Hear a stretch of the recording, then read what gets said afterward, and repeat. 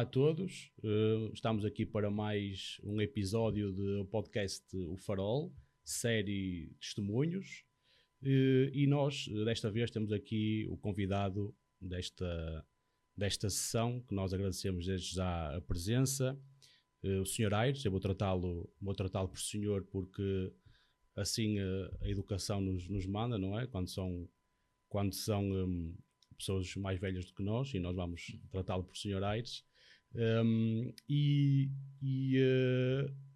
Explicar mais uma vez de que é que se trata esta série de testemunhos.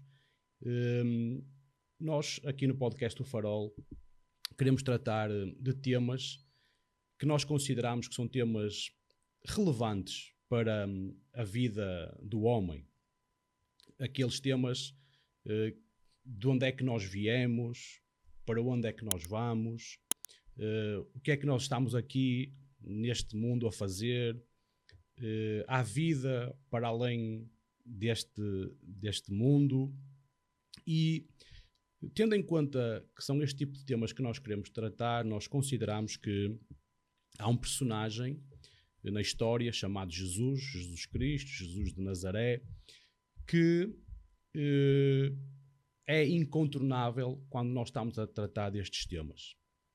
E o ponto que nos levou a tomar a decisão de tratar este tema, que nós chamamos de testemunhos, é, segundo os relatos históricos que nós encontramos no livro A Bíblia, Jesus nasceu de uma forma miraculosa, nasceu de uma virgem, depois teve uma vida extraordinária, com sinais e milagres. Depois Jesus morreu crucificado e 3 dias depois, segundo os relatos históricos, ressuscitou e andou mais alguns dias apresentando-se a algumas pessoas, nomeadamente aos seus discípulos, até que depois ascendeu aos céus. Acontece que desde aí passaram-se 2000 anos e aquilo que nos chama a atenção e o motivo pelo qual nós queremos tratar este tema, porque achamos que é incontornável, é que 2000 anos depois continuam a haver pessoas, e durante todo este percurso houveram milhares ou milhões de pessoas que por toda a Terra, de diferentes idades, de diferentes profissões, de diferentes estratos sociais, ricos, pobres, de diferentes raças, que continuam a afirmar que Jesus está vivo e que têm uma relação com Jesus. E das duas umas, ou essas pessoas enlouqueceram, não é? E são milhares ou milhões de pessoas ao longo da história, ou então seria uma espécie de uma cabala que estaria aqui a ser montada, que seria algo difícil de acontecer, no mínimo, não é? E então nós decidimos trazer aqui ao podcast O Farol pessoas como o Sr. Aires que afirmam que Jesus está vivo, e nós queremos perceber o porquê dessa afirmação, até porque aquilo que nós vemos ao longo da história é que há pessoas que estão dispostas a morrer por essa verdade, não é?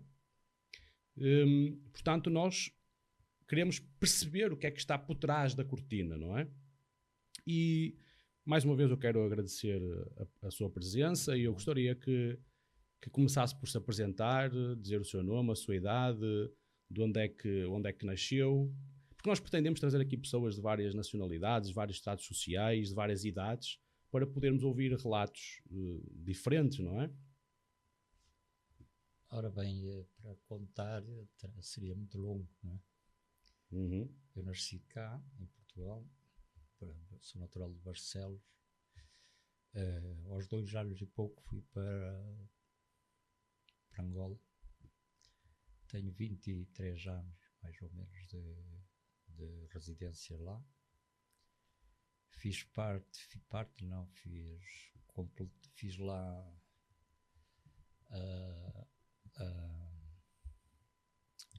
prestei serviço militar lá, 3 anos e meio. Em 75 regressámos a esta terra. Após regressar aqui, estive aí a trabalhar, dei 2 dias ou 3, já estava a trabalhar, já tinha trabalho, já estava a trabalhar. Estive aí a trabalhar 7 meses, salvo erro. Uhum. Trabalhava em que área? Fui para condutor e mecânico, era o meu trabalho. Transporte de pesados? Sim, pesados. Que eu tinha E já era o trabalho que tinha lá em Angola? Ou... Eu lá também não sei especificar bem o trabalho, porque nós tínhamos empresas e trabalhávamos, nós tínhamos serração. Os seus pais eram empresários lá? Eram empresários. Tínhamos uma serração, tínhamos corte de madeira, tínhamos moagem de farinhas. Uhum. Tínhamos naquela altura 4, 8, 9 pedras, moinhos para fazer farinha. Ok.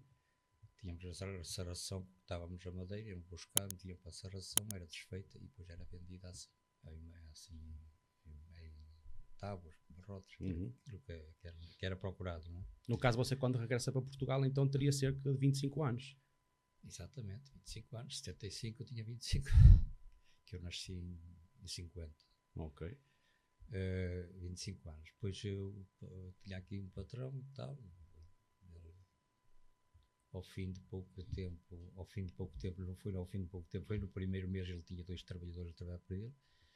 Ele, pronto, aquilo naquele tempo trabalhava-se, pagava a semana ou qualquer coisa. Uhum. Ele pagava 1100 escudos por semana.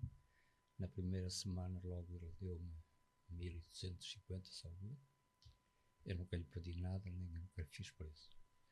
Ele depois queria-me pôr na caixa, não é? Naquele tempo, na caixa, disse: não vale a pena, porque isto não é vida para mim, eu só estou aqui até resolver a minha situação, que isto não... Mas você pensava em regressar para Angola, era isso? Ou Não. pensava em mudar de trabalho aqui em Portugal? Pensava em mudar, não era aquilo a minha vida que eu queria, não é? Não era aquilo. Eu sei que o Sr. Aires já é casado e tem filhos, não é? Mas nessa altura já era casado? Era solteiro.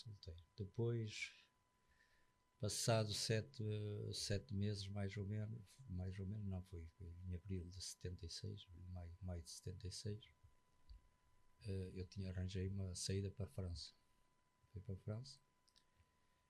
Eu chamei um irmão meu para ficar no meu sítio, o meu irmão Elídio, que agora está um bocado mal.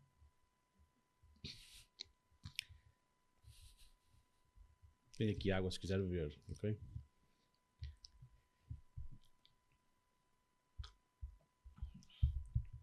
Eu falei com o patrão, ele disse: sim senhora, está bem, venha ele, eu preciso e tal. Pronto, eu fui. E você seguiu nesse caso para a França? Eu fui à minha vida, estive em França 2 anos.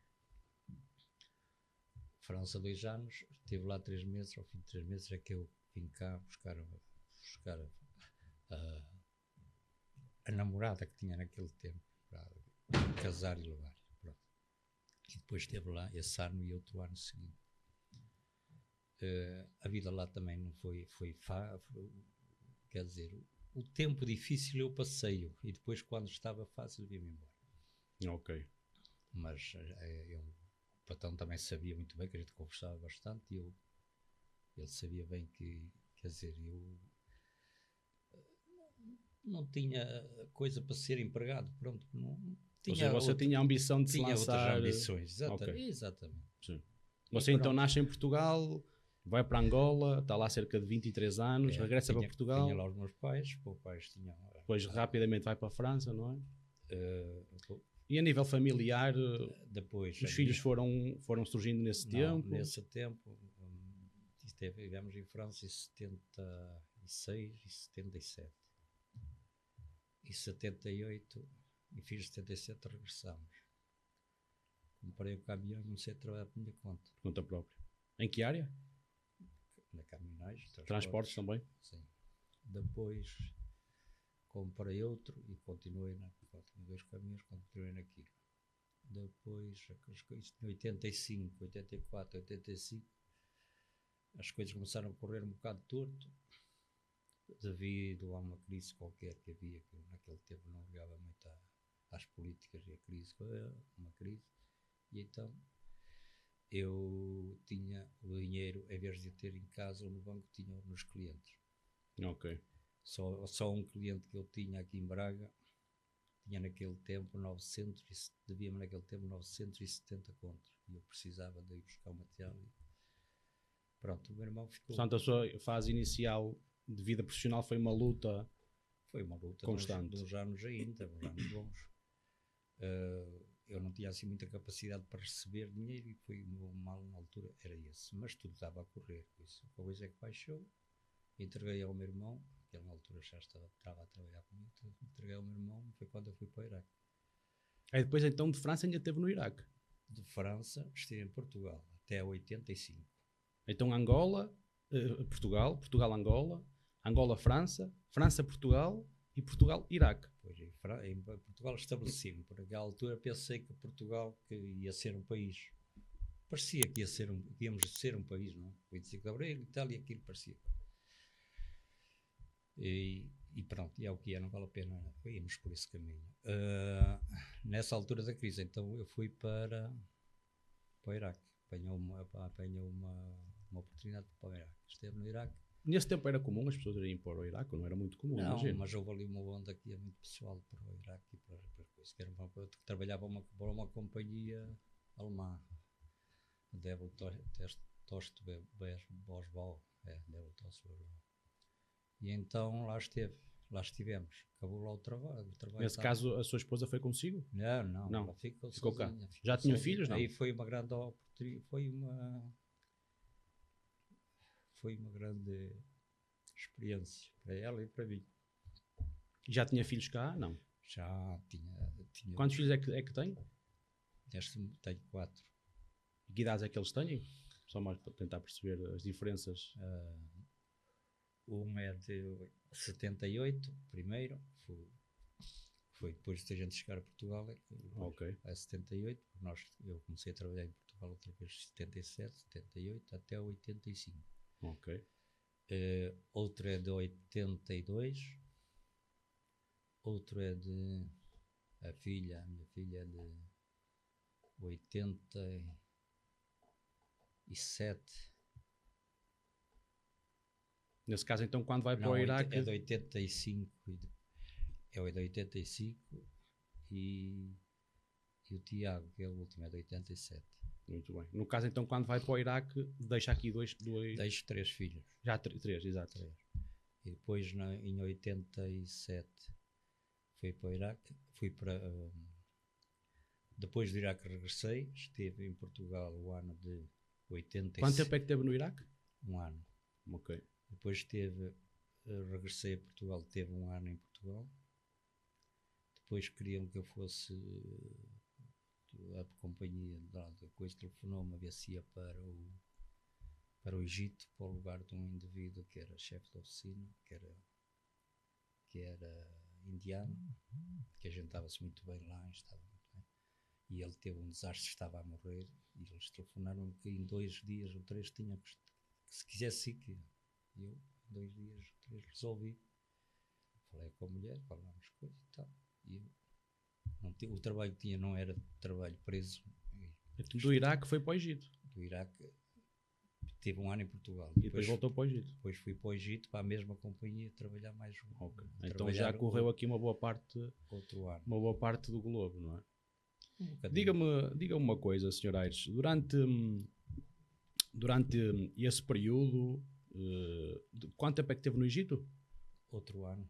E depois veio para Portugal de vez ou não? Depois vim para Portugal de vez. Durante esse período em que passou por vários países, não é? Quando vem até ao momento em que regressa para Portugal e depois nunca mais sai, não é? A nível profissional. Já tinha alguma relação com religiosa, espiritual? Ora bem, a relação religiosa, nós de princípio éramos católicos, não é? Mas eu nunca. Ou seja, você foi criado na Igreja Católica Romana, é isso? Mas nunca foi assim, quer dizer, nunca percebi, nunca entendi bem certas coisas que nunca me entraram bem, quer dizer, porque a gente, acho que quem tem um bocadinho de cabeça pensa também um pouco, não é, de si. E houve coisas que eu nunca vi bem, pronto, nunca... Haviam práticas que você não, na não prática que eu concordava não com isso? aceitava. E ia por ir. Ok. Não era fanático ou de género de coisa, mas ia por ir, porque pronto. Era aquilo que normalmente é chamado a mãe o queria católico ir, ou não o pai praticante. queria É ir, isso? ou a mulher queria ir, já ia, não é? À Ok. missa, pronto. Mas não era... Era um costume. E era assim, um costume, exatamente. E nessa fase, antes de ir, quando eu vim do Iraque foi, ou não, foi quando fui, antes de ir, foi que a gente teve o primeiro contacto com a igreja missionária, com o irmão João. Igreja missionária, que é uma igreja... Missionária de Braga, que tenha sido fundada por nosso irmão, pastor João, que está no Senhor já há uns anos. Ok. Pastor João, no caso, não seria uma igreja evangélica, é isso? Era uma igreja evangélica, mas era a igreja que ele formou, foi ele que fundou, mais o irmão José, e ainda era lá em cima no como é que chama aquilo ali, onde era antes a igreja. Mas então é uma igreja evangélica fundada por dois irmãos. Duas pessoas, não é? Sim, que é o irmão José e o irmão João. E foi aí que começou a ter os primeiros contactos? Aí ele era um homem com uma certa capacidade, muita capacidade. E ele teve contactos lá embaixo com a minha irmã Maria, mais alguém, mais não sei quem. E eles vieram. Eu agora até nem sei bem, depois a minha mulher também cá. Depois eles vieram à Quinta, foi na Quinta de Capela, ainda estava a começar a igreja lá, que ainda andamos lá a fazer os lugares para... Então deixa-me só fazer aqui um ponto. Você, quando regressa do Egito, vem para Portugal? Não, sim, mas isso foi depois. Depois, ou seja, regressa do Egito, está em Portugal... Esses contactos foi antes de ir para... quase quando eu fui para o Iraque. Aí então foi em 85. Foi mais ou menos a altura em que foi para o Iraque, começou a ter os primeiros contactos. Exatamente. Eu, quando fui para o com Iraque, a igreja evangélica, é isso? Já assistíamos assiduamente ali na capela. Eu e a minha mulher, e depois vinha a minha mãe, depois o meu pai na altura também se converteu, encaixou e tal, e depois nessa altura foi quando eu saí. A minha mulher ficou sozinha, minha esposa ficou sozinha, com os 3 filhos. Com os 3 filhos, a mais pequena, a minha filha tinha 4 meses ou 5. Quando foi para o Iraque? E aí é que foi uma experiência bastante... mais difícil. Mas pronto, e aí a gente começou, quer dizer, ali aceitámos o Senhor, a gente começou, eu falo por mim, não é? Comecei a ver as coisas de uma maneira diferente, não é? A gente a ler e a ver as contradições que existiam naquilo que a gente por vezes pensava ou praticava, não é? Então deixa-me só fazer aqui um ponto, até para que as pessoas que nos acompanham consigam estar dentro da conversa. Nós já percebemos aqui que teve uma vida de trabalho, não é? Andando por vários países, e alguns deles até países que não são fáceis de viver, não é? E experimentou a distância da família, nomeadamente com filhos. Culturas muito diferentes. E religiões muito diferentes. Mas a partir de determinado momento começa a ter contacto com o mundo, com a religião, digamos assim, ou seja, foi criado na Igreja Católica, mas não concordava com algumas coisas, com algumas práticas, até que depois começa a ter contactos com a Igreja Evangélica, no caso em Braga, certo? O Sr. Aires fala aí num ponto que eu gostaria de abordar, que diz quando aceitou o Senhor, não é? O que é esse aceitar o Senhor? E é aí que começa a ter contactos com Jesus e começa a afirmar que Jesus está vivo, é a partir desse momento? Porque a gente começa, eu acho que não foi uma coisa repentina, foi uma coisa gradual, não foi repentino. Você foi frequentando a igreja? Exatamente, e a gente foi praticando, lendo e tal, e depois... Quando diz lendo, ou seja, foi lendo a Bíblia, é isso? Exatamente, e depois ir comparando umas tantas coisas, o que a Bíblia diz, aquilo que se prega, aquilo que que se não prega também, não é? Porque muita coisa que está na Bíblia a gente até nunca tinha ouvido, sequer, bem dizer. Não sei Ok. se nunca tinha ouvido. Então nessa igreja começa pela primeira vez a ouvir falar da Bíblia Exatamente. e começa a comparar aquilo que houve lá com as suas experiências com passadas. aquilo que conhecia. Ok. E aí começa a haver uma transformação. Começou a haver uma transformação que é em si, na sua pessoa? Exatamente, uma transformação da gente confiar, começar a ter uma confiança e a crer naquilo que... E depois também a própria vida, como minha vida lá fora, a minha mulher aqui, nós, quer dizer, eu e ela, sei que foi igual. Aquilo não está a correr bem, houve dificuldades. Quando eu estava no Iraque, uma carta levava 3 meses, 2 meses a chegar. Pois.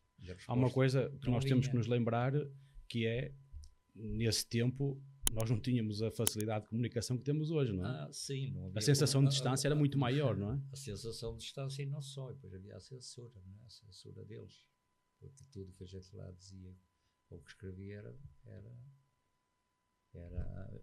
censurado por eles. Mas que abriam as cartas? Pois. A minha mulher, ela depois pode testemunhar que achou a receber cartas que já tinham sido lá. Ok. E se tivesse alguma coisa que era contra os costumes? Claro. Okay. Sabe que era no tempo e agora é igual. Agora tanto vale ter mudado como era no tempo de Saddam, no tempo da Guerra do Irão, essas coisas. Mas hoje é igual, não pensa que é diferente, que é igual. Okay. E foi gradualmente a gente começa a ver que de facto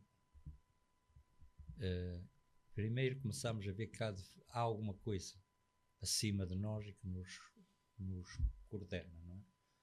Ou seja, alguma coisa, quando você começa a ouvir a Bíblia, começa a mexer consigo, é isso? Exatamente, e há alguma coisa que a gente às vezes diz, seja como a providência, nós chamávamos a providência, chamamos quem quer chamar, não é? Nós dizemos que é Deus, temos que crer que Ele existe e nós basta-nos olhar para a providência para vermos que Ele existe, não é? Tem que existir. Ou seja, começaram a acontecer coisas na sua vida, e começou a ver a mão de Deus, é isso? Começa a confiar e começa a ver que a mão de Deus também trabalha. Ok. E trabalhou eu lá e trabalhou ela aqui. Coisa. E graças a Deus, pronto, e continuamos assim, a gente, graças a Deus. Você sentia que, estando distante da família, que havia a mão de Deus a protegê-los e a guardá-los, era isso? Exatamente. Desde o momento que a gente confia, nós temos que confiar, manter a confiança. Isto vai ser assim, calma, o Senhor é que sabe. E isso põe-se de lado e pronto, está. Mas essa confiança que você diz que tem hoje, você tinha antes de... Não tinha. Então vivia de uma forma mais estressada, talvez, não sei. Falava-se talvez de outra maneira, de outra coisa. A gente podia dizer, isto, Deus, assim, mas era uma coisa banal, uma coisa passageira, não é? Não havia aquela confiança que hoje a gente tem. Que Cristo que morreu por nós estamos. Mas o essencial é que se nós lhe fizermos a vontade ou tivermos debaixo da sua mão, que assim é que é melhor, tivermos debaixo da sua mão, Ele ouve aquilo que nós queremos que nós fazemos. Se Ele não faz, é porque não é da vontade dEle. Pode ser da nossa vontade, mas não é da vontade dEle. Se não é da vontade dEle, Ele é que sabe quando é que vai fazer. E nós temos que nos colocar na posição de espera. Uma coisa que me chama a atenção, que você está a dizer e que outros convidados também já falaram, é nesta relação que têm com Jesus, em que você diz que você fala e Ele ouve, claro, não é? Claro. Mas você diz que Ele ouve, porquê? Porque ouve uma voz, porque sente alguma coisa, porque vê alguma coisa a acontecer? Porque as coisas acontecem, as coisas concretizam-se. Ou seja, você faz um pedido... Pode não ser a maneira que nós queremos, mas normalizam, pronto. Você sente que na sua vida e vê que há alguém que o guarda, é isso, a si e à sua família? Exatamente, claro. Guarda e estamos sob o controle dele. Mas nós temos que nos deixar controlar por ele. Não é nós queremos controlar, queremos que ele faça a nossa vontade. Ele não tem que fazer a nossa vontade. Nós é que temos que fazer a vontade de Cristo. Cristo é que tem que ordenar. E nós pomos a nossa vida nele. Se tivermos alguma dúvida, pomos a vida nele. E ele logo resolve o assunto. Pode-me dar alguns exemplos de questões mais práticas a partir do momento que você diz que conheceu Jesus e começou a ter um relacionamento com ele, que aconteceram na sua vida? Há questões práticas que tenham acontecido, mudanças que tenham acontecido, qualquer coisa de palpável que tenha acontecido para que você hoje afirme que Jesus, que biblicamente morreu e ressuscitou, não é? Mas sabemos que talvez a grande maioria da população mundial não acredita que Jesus está vivo hoje, não é? Mas para você dizer que Jesus hoje está vivo, não é? O que é que você viu ou sente na sua vida para poder afirmar que Jesus hoje está vivo? Não sei se me consegue explicar por palavras, dar algum exemplo. Não é muito fácil, não é? Mas a gente pode ter visto a mão de Deus em algumas sacudidelas, como a gente diz, não é? Para alguns lugares de perigo. E só o caso, para dar lugares por aqui, eu passei muitas coisas. Eu como disse, estive na guerra do ultramar, com 3 anos e tal. Eu passei por algumas situações. E parece, mesmo naquele tempo, que eu não tinha a visão que depois tinha, mas houve sempre uma mão que segurou. Ok, curioso, porque já não é a primeira pessoa que diz isso. Houve sempre uma mão, a gente simplesmente diz, mas o que é que aquilo aconteceu? Eu só lhe ia pedir que se aproximasse um pouco mais do micro para nos ouvirem melhor. Por que é que aquilo aconteceu? E a gente depois é que, mais tarde, por vezes, é que pensa. Ok. Eu vinha uma ocasião de caminhão não me esqueço, de Ponte Lima, que eu cheguei a fazer 4 viagens de Ponte Lima aqui a Braga, por dia, a buscar areia. E ele ia descer a Moura, onde era o clipe de Moura, ia descer acima um bocadinho, tem uma curva. Tinha ali um poste e tinha um barco assim do lado. Eu não sei o que é que aconteceu no caminhão, começou a fugir, que devia ter sido o gasóleo que tinha ali, começou a fugir, não segurei mais o caminhão. Consegui segurar por dentro e o poste é que me segurou o carro para ele não virar.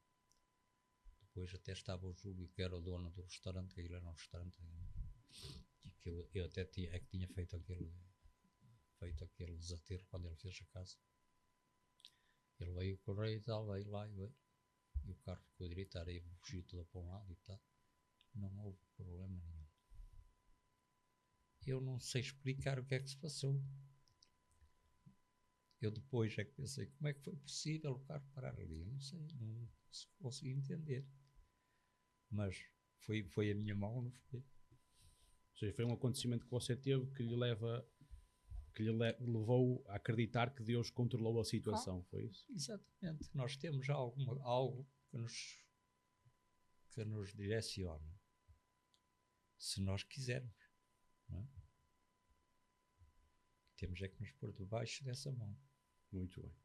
Permita-me agora falar um pouco mais, ainda dentro deste tema, mas noutra vertente, que é, a nível da sua pessoa, da sua personalidade, houveram mudanças que aconteceram a partir do momento que começou a ter este relacionamento com Jesus? Porque, segundo os relatos, há relatos de vidas que são transformadas, não é? Que mudam radicalmente. Isso também aconteceu consigo no seu caso? Você fala houveram mudanças na sua vida, na sua personalidade? Eu acho que alguma coisa mudou, mas eu também nunca fui uma pessoa assim quer dizer, por exemplo, vícios ou sei fora assim muito das regras. Nunca fui assim um indivíduo não sei se está a perceber, sim, não é? Nunca fui assim, por isso sempre teve uma vida regrada, isso. Sei, mais ou menos regulada. Por isso pronto, mas a gente sente que houve coisas que melhoraram, não é? Coisas que nos desviaram de outras que existiam, a gente desviou-se delas e desviou-se delas porque alguma coisa aconteceu, não é? Ok. Alguma coisa Houveram algumas coisas em si que foram mudando. que foram mudando e tem que mudar, e isso, a gente se calhar está quase a ir e mudará sempre. Por falar em ir, para onde é que você vai? Para onde é que nós vamos? Segundo aquilo que você acredita, não é? Ora bem, nós acreditamos naquilo que é bíblico, que é bíblico, que nós acreditamos nisso, por isso. E o que é que acreditam? Você acredita que quando morrer acontece o quê? Cristo disse que tem um lugar preparado para nós. Por isso tem um lugar preparado para nós depois, quando lá chegar, vamos ver. Então você acredita que quando morrer que vai para outro lugar? Ele tem um lugar preparado. Para si, ok. Muito por bom. isso ele tem um lugar preparado, que é que nós não vamos agora dizer se tem lá isto, tem lá aquilo. Ele já nos deu mais ou menos aquilo que tem preparado. Sim, mas acredita que a vida não acaba aqui, é isso? Exatamente. Se ela acabasse aqui, não andávamos aqui a fazer nada. Não é? Okay. Então não tinha significado a vida. E quem não crê que Cristo está vivo, não está a fazer nada. Não está, para que é que está a ir a... Então você está-me a dizer que a sua vida ganha significado quando entende aquilo que Jesus veio dar à sua vida, não é? Claro. Uma vida eterna e tudo mais, é isso? Exatamente. Mas você sentia que, você, por exemplo, antes de começar a ter este relacionamento com Deus, o que é que você pensava da vida? Pensava o que pensa hoje? Não pensava nesses temas? Pouco pensava, mas aquela coisa a gente ia quando era pequeno, quando era sei, na escola e tal, a doutrina e aquelas coisas, eu sempre tentei fugir das doutrinas, pronto, porque aquilo era, e depois era os santinhos, depois era isto, depois era aquilo, eu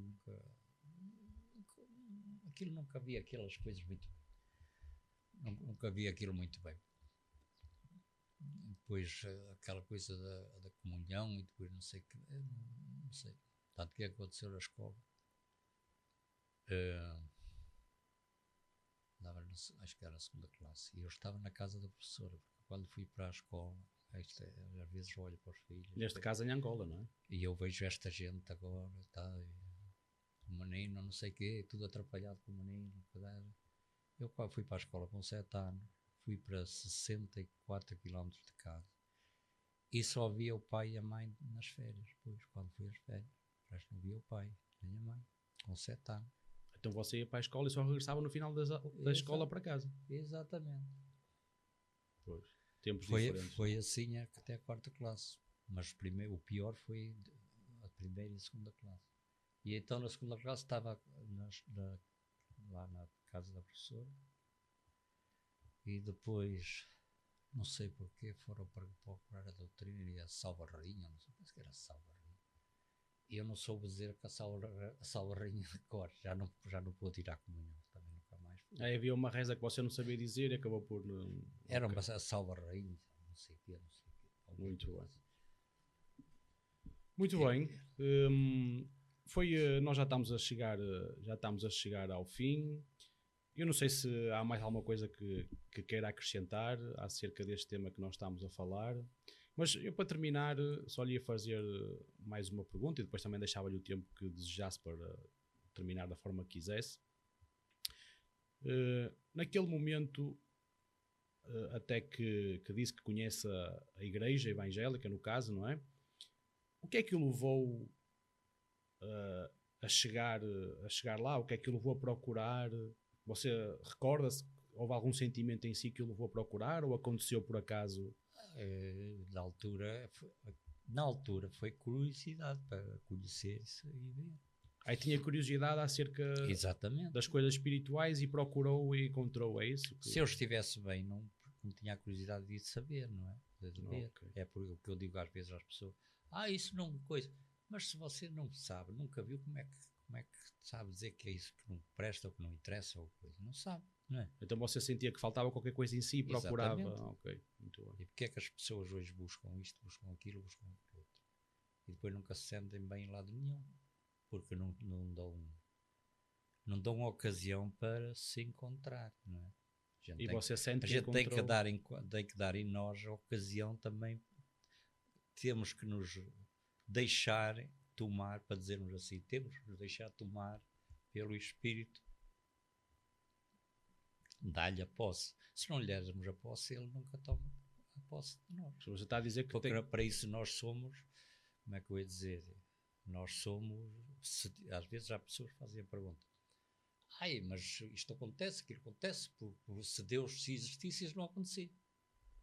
Não é? O mal que está no mundo. Se Deus não existisse, isto não acontecia. Porque é que Deus não intervém? Deus não intervém porque o ser humano é livre. Deus criou o ser humano livre. O ser humano é que cria. Se Deus dissesse assim, não faz isto, tens que fazer aquilo. Então o ser humano não era livre, não é? Exatamente. O ser humano, então, se fazia o que Deus mandava, Deus oferece. Nós temos é que receber. Não é? Então você está-me aqui a dizer que nós temos que usar a nossa liberdade para dar uma oportunidade a Deus, é isso? Exatamente. Para termos uma relação. Nós temos que nos oferecer a Ele para Ele trabalhar em nós. Ou seja, se nós nos fecharmos, então... Se nós nos fecharmos, Deus não vai invadir. Não vai forçar a porta, como a palavra de Deus diz. Okay. Não vai forçar a porta. A ideia que está a transmitir. Ele ele diz que bate que para nós batermos, não é? E ela abre-se. O ladrão, como é que diz a palavra de Deus? Ladrão não vai, mas é que o ladrão assalta a casa. Assalta, não entra pela porta. Nós temos que bater à porta e abrir a porta. E ele abre-nos a porta. Okay. Ainda diz que se hará com nós. Não é? Agora, como muita gente fala e diz, porque Deus não intervém, porque Deus não faz. Se Deus fizesse tudo, se Deus intervisse, o homem pode intervir de uma certa maneira, mas o homem tem que se submeter a Deus. Se não se submeter a Deus, nunca lá chega. Certo. Ou seja, se estivesse sempre com a mão em cima de nós, nós não tínhamos liberdade de escolha. Não tínhamos liberdade de escolha. Então, é um bom prisma de ver as coisas. Eu penso assim. Agora, nós é que temos que... Ele convida. Não é? Ele convida. Nós temos que nos entregar a ir. Você convida-me para ir à sua casa. Se eu lá não for, nunca sei o que é ou não é. É verdade. Venha à minha casa. Se eu disser não, deixa de estar aí que eu estou bem aqui. Então pronto, acabou. Está uma barreira entre nós, nunca chegamos lá de nenhum. Nós com Deus é a mesma coisa. Deus chama-nos, a sua palavra chama-nos, está-nos sempre a chamar constantemente. Se nós não ouvimos, fechamos a porta. Agora cada um tem que pensar. Agora dizer que Deus não existe, agora outros dizem que Deus que o homem é descendência de macaco, agora é não sei o quê. E eu costumo procurar quem diz que é descendência de macaco. E o macaco é descendência de quê? Sim, são visões do mundo, não é? É visões do mundo. E nós aqui procuramos discutir exatamente este tema. Porque ele, quando criou todos os animais, depois criou o homem, não é? Segundo a Bíblia, é assim que diz. Pronto. Sim, mas nós sabemos que há pessoas que não acreditam na Bíblia, há outras que acreditam, não é? E é exatamente isso que nós queríamos perceber. Das pessoas que acreditam, porque é que as pessoas acreditam, e há pessoas que chegam ao ponto de morrer por aquilo que acreditam, não é? Exatamente. E das duas, ou as pessoas enlouqueceram, ou então alguma coisa há ali, e é isso que nós queremos perceber e que nos ajudou aqui também a perceber um pouco. Agora há muita coisa que nós porque este é o caso dos profetas e dos antigos, dos primeiros cristãos, muitos foram mortos, crucificados, e dizem, mas porquê é que isso aconteceu? Deus porquê é que deixou fazer isso? Não é? Se faz essa pergunta muitas vezes. Uns foram queimados, outros foram... E Deus deixou fazer isso porquê? Ele é que sabe porque é que deixou. Talvez fosse para benefício até deles, morrer naquela altura. E é o que a gente pensa. Eu já tenho... A gente às vezes vai da maneira que pensa. A gente se descansar, por exemplo, eu vou daqui para ir ao Porto. Isto já aconteceu, muita experiências dessa, então tem muito. Cheguei ali abaixo, furou-se-me um pneu, ou arrebentou-me um pneu, ou teve uma avaria e fiquei. Eu tinha que lá chegar às tantas horas, não sei. Pronto, está ali. E a gente fica enervado e tem que ficar, não é? Até um certo ponto, mas a gente parar um bocadinho e dizer assim, olha, isto se acontecer é porque Deus quer assim, é porque eu não tinha que ir já. Vai ver se tudo não corre, que é uma maravilha. Tudo se arranja, tudo vai dar tudo certo. Agora, se eu me enervar, porque é que isto acontece? E não sei o que vai começar a blasfemar e quer dizer, a falar contra a situação. Se eu pensar assim, não, isto foi porque Deus quis assim, porque se calhar ia-me acontecer pior se eu continuasse naquele momento. Naquele momento, se eu continuo a viagem, eu não sei o que é que estava guardado. Então, segundo eu estou a perceber, a sua experiência com Deus deu-lhe um sentimento, retirou-lhe a ansiedade, é isso? Exatamente. E deu-lhe uma visão de mundo de que Deus está no controle da sua vida, então você descansa nisso, é isso? Mas temos que descansar, porque nós também somos humanos e muitas vezes saímos fora do trilho, não é? Como sai fora do trilho. Mas temos que parar e pensar e depois chegar à conclusão, pronto. Foi Deus que fez assim, vamos esperar, isto vai se resolver. Tudo se resolve. Muito bem. Sr. Aires, muito obrigado por ter aceitado o nosso convite. Obrigado, eu também. Não sei se quer terminar com mais alguma mensagem palavra. Que eu posso dizer é que Cristo... Quer deixar uma mensagem lá para casa, esteja à vontade. Cristo é a solução. Quem tiver a vida mal ou torta ou que pense que há uma solução para tudo, e a solução é Cristo. Entregar a sua vida a Cristo e Ele vai solucionar. À maneira dele, não à nossa.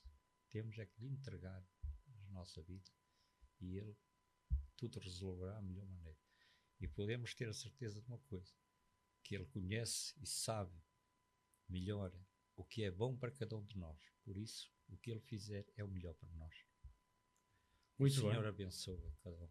Muito obrigado por estar presente. Obrigado. Agradecemos também mais uma vez à nossa excelente equipa de faroleiros por todo o trabalho e nós vemo-nos para a próxima semana com mais um convidado aqui no podcast do Farol, na série Testemunhos.